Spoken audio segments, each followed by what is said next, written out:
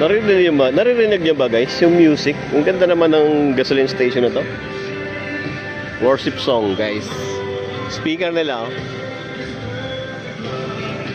Lalong pagpapalain tong ano na to, gasoline station na to. Siyempre worship song ang pinapatugtog nila palagi. Stylex guys oh. Habang naririnig ko yung music na worship song, naano ako. Para ako nasa simbahan.